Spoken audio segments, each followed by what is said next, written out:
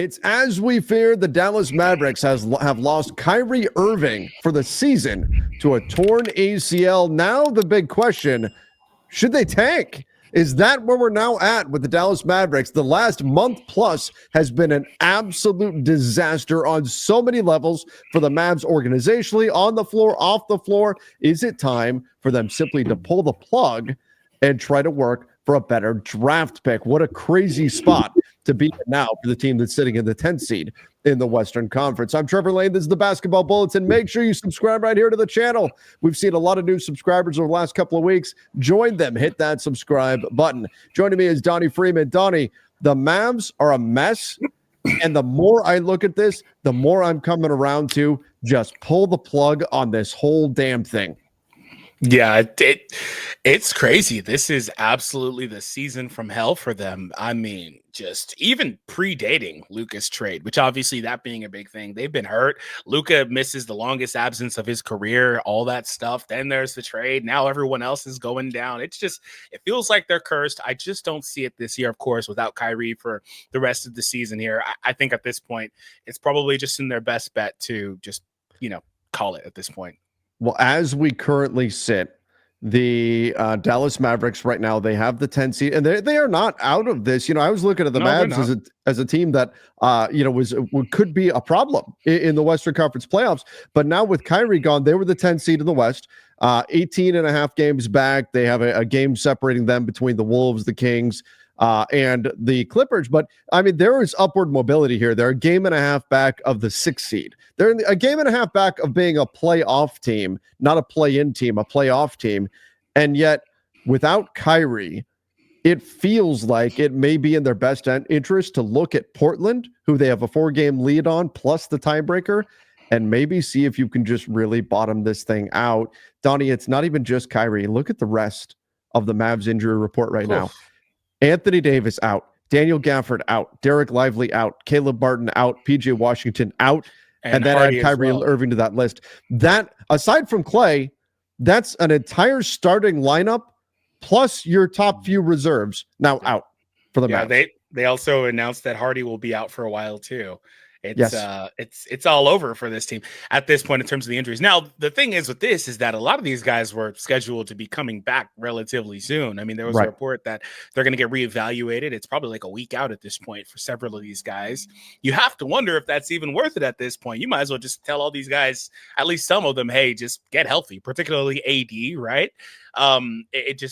It's probably just in their best interest without Kyrie, because even if they somehow make it to the playoffs, they're not going to get very far, in my opinion, without having their best playmaker out there. Yeah, that's just it. That's the problem. Without having Kyrie out there, how far are you really going to go? Is it even worth it? We go take a look at our friends over at BetUS right now, and you've got the Dallas Mavericks currently, as of right now, we take a look at their title odds. Obviously, you've got teams like the Lakers are plus 1,200, the Oklahoma City Thunder plus 200, the Celtics plus 190. All of those fairly respectable. The Mavs plus 20,000 to win a chair coming off of this Kyrie. In other words, that's saying it is not happening. That's currently what the odds market says. The Dallas Mavericks plus 20,000 to win an NBA championship this season. That is absolutely brutal. And if you guys want to get in on it, you guys can go check out BetUS. Use our promo code YouTube150 and get 150% sign-up bonus on your first $2,000. Your first 3 plays up to $2,000. Again, use that promo code YouTube150 over at BetUS. Plus 20,000, Donnie, to win an NBA championship. That tells you it's not happening this year. Yeah. And the real struggle with that is Nico Harrison, the Mavs, they went all in on a maybe 2, maybe 3-year window. Kyrie is 32, so Anthony Davis 31. Yeah, I think they went all in on a 2 or 3. Yeah, 3-year window, and year 1 of that, it's gone already. Yeah. That's brutal. Like I said, it was already happening, but there was just such a workload on Kyrie. He had played the most minutes in the NBA over the last 6 weeks or so, I saw, and he was playing about 40 minutes a night. And it's just, like I said, he's really there. They've got a couple other guys like Exum or Dinwiddie, but Kyrie is their engine at this point because there's a massive Luka-sized playmaking gap there after the trade in which you send Luka out, but don't get much playmaking back. So there was just a lot of burden on him. So feels like to me almost like he got ran into the ground. And I thought personally on the injury, I thought it was extremely admirable for him to go take those shots at the line. Looked like he was crying potentially. Reminded me of another great player doing something similar where he also got ran into the ground. But this definitely for the Mavs, we've said it a few times. I think at this point, it's just in their best interest to call it at this point and start things over next year and just tell these guys to get healthy. There's not much to play for. Like I said, even if you make it into the playoffs, you're not going to get very far. And it would take a hellacious Anthony Davis run. And do you really want to put that on him at this point with no real end in sight in terms of like the goal? I don't really think you should do that. They already pretty clearly brought him back too early. Yeah, brought Anthony Davis back from his injury too early. Now he's out again. Well, that's really what you're risking, Donnie. Let's say you do say, you know what, we really don't want the embarrassment of missing out on the playoffs and the play-in even. We're going to bring AD back and we're going to try to make a run here. Well, first of all, you've already embarrassed yourself enough as it is. A little bit more isn't. It's how much worse can it really get? I mean, my God, Mavs fans, I'm sorry for even saying that, but how much worse can it really get? You've already embarrassed the hell out of your entire organization over the last month plus. But if you rush AD back, yes, they can make the 10 seed, no problem. Maybe even move up. Who knows? I think people are very down on Spencer Dinwiddie. I'm not as down on him. I think he's put up 14 and 5 as a starter. He's not the Laker best. fans? He's not Kyrie, but he's not. He's a competent guard who can do some things for you out there. Yeah. What you're laughing? Am I too high on Spencer Dinwiddie? No. I like Spencer. I'm just saying that I think it's probably mostly Laker fans though, right? Because Laker fans don't really like Spencer from the experience. Oh well, that's true. But I put that was not on Spencer though. That was not on Spencer. That's the way I feel about it too, by the way. But just so. But let's. Like, why not just tell AD, go get the surgery now, have a longer off season. Okay. You've got your foot issues already. He already has the adductor thing. You've got foot issues too that probably need surgery in the off season. Let's just do it now. Get this done. And then you look at where they're at right now. You look at where they're at. There's teams ahead of them, obviously. But Atlanta, this is a team that's trying to win. Phoenix is trying to win. Look, we had Tyus Jones today say that they can't suffer any more losses. They have to really focus, and they've done this to themselves, but they have to win games. Phoenix, it's the season from winner. They're the biggest winner because they can actually move up. But so could Portland. Portland is actually what are they doing? They need to I don't know. But I'll tell you what, Portland is actually, of these teams, I think Portland is actually playing the best basketball. Yeah. I think Portland is actually playing the best basketball of the Suns, the Spurs. The Spurs are done. They lost Wemby, but the downside is the Mavs have the tiebreaker over Portland, but at least the Blazers are playing to win games right now. The Suns, they know they need to win games. It's not impossible. It's not easy with only 20 games left for them to drop 4 spots here. Essentially, they've got a 4-game gap to make up with the Blazers. But the Mavs, if they really completely let go of the rope, they might be able to drop low enough to get to, let's call it the 10th worst record in the NBA, to at least move up a few spots in a strong draft class. That might be preferable to wheeling Anthony Davis out there and saying, please save us and keep us in the 10 seed. Yeah. Could you imagine if, on a side note, they execute that and the ping pong balls swing their way and they get like a top 3-4 pick? That would be pretty interesting. Oh, it would provide such a silver lining from what's been a disaster of the last month plus. It's kind of similar to their year a couple of years ago where they kind of just called it and got Derek Lively out of that. Right. Exactly. A higher pick. What's funny is looking how many teams right now are feeling that way. The Pelicans. Right. The Pelicans, right? They've had the season from hell. And they're saying, well, the only saving grace could be if we get Cooper Flag, we get a top pick, right? The 76ers, same thing. Season from hell. Now are the Mavs in that same boat. But what's really crazy, Donnie, and you and I were talking about this a little bit before we came on the air, was the revelation that Kyrie was acting as kind of the go-between between the Mavs and Luka, and that Kyrie might have been actually in line for a max contract. To me, that is absolutely wild. Yeah, that's crazy that they were just the simple. I don't have a problem with Kyrie getting a max. Just the simple No. premise they weren't going to give it to Luca, but they were going to give one to Kyrie as well. And you'd have to feel for Kyrie too because he was in line for the max. He's now going to have to opt into that player option, all that stuff. And I don't know if he gets 40 million again after this. To be honest, if he doesn't come back to the way he was playing prior, he's going to be older, a small guard at that age, suffering this injury. It's kind of hard to come back from. But yeah, just the entire premise of all of that, like Kyrie had to be the go-between for the front office. It really just explains and shows you how bad the relationship had got there with the front office, ownership, and Luca. Yeah, I mean, right? That is pretty damning. But part of the reason why they reportedly moved on from Luca was because they didn't want to pay him. They didn't want to give him a super max. Well, that's a 35% max. Yet they were Kyrie. If he was going to get a max, that would be a 35% max. So you were willing to give Kyrie the deal that you weren't going to give to Luca at 25, just turned 26 years old. Like, I don't care if he has a beer every now and then. That is just insane decision making at an organizational level. It was beer and hookah. Get it right. I'm sorry. Yeah. Both of them combined. Never mind. Right. Never cast this man out. How dare he? Right.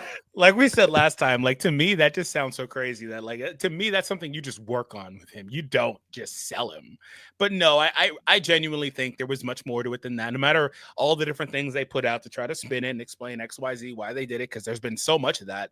I think at the end of the day, they just did not want Luke as part of the organization anymore, and they were content trading him off, and they had the plans to trade him off. And it's Nico is the guy that gets all the flack, but the most important thing is the ownership group clearly felt the same way because Nico can't execute all of this stuff without the ownership group being in lockstep with him. So I think ultimately they wanted to just get rid of Luka, and they kind of didn't really want to make a big deal about it. They didn't want to make it a big public thing, which is why there was no sweepstakes. They highlighted a few guys. There's been some reports about, maybe they contacted about a couple of other guys, but they settled on AD, made that trade, and they will live with that, and they were happy with that. But overall, though, just that will always be a situation where their relationship was so bad, apparently, behind the scenes. And I think personally, they just, again, wanted to move on from that experience, regardless of all the million things they explain as to why. So all of this, I guess, is it leads us to the question of, will they actually tank? Will they actually pull the plug on everything now that Kyrie is injured? I guess, first of all, should they? I've started to come around on, yes, I think they should. I don't know if you're with me there, Donnie, but will they? Can they actually, like, given everything that's gone on, can they tap out on the season, admit they were wrong, and say, we're going to Anthony Davis, go get surgery. The rest of you guys don't rush to come back. And we're going to attempt to lose as many games as we can over the remaining 20. Well, I don't know that it would be admitting they're wrong, but because from their stance, this wasn't a 1-year thing. Like, I know that right now in the moment, it looks the way it does, and it'll always look bad generally because the trade just in general. But their window is a few years. I mean, hell, Nico himself said he's not worried about 10 years from now. What a terrible thing for a GM to say. He's not worried about 10 years from now. His runway is the next few years. So I think for them, this is just one they're going to call lost. But I think they can also look back at it and say this was happening the entire way. Again, Luka lost a good stretch, the biggest stretch of his career prior to being traded. Like that also happened. So like just this entire season basically has fallen apart for this team. So I think they can look at it a few different ways depending on how they want to spin it. But ultimately, I don't know that they will fully invest in the tank.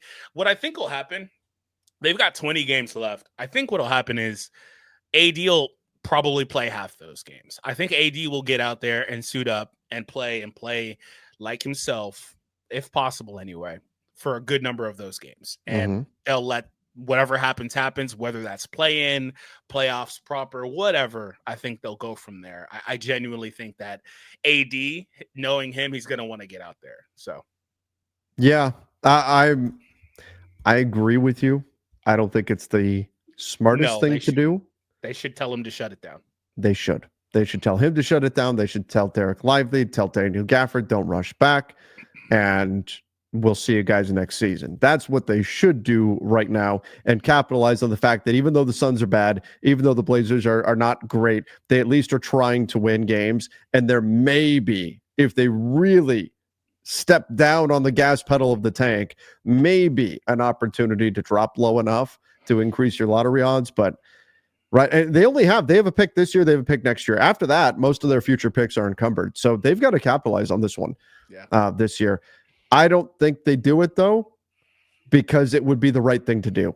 And the Mavs, for the last 6 weeks, have done the exact opposite of the right thing at every turn. They're raising ticket prices. They're kicking out fans who are voicing their opinion about the Luka trade. They made the Luka trade. They're leaking all this negative press about Luka.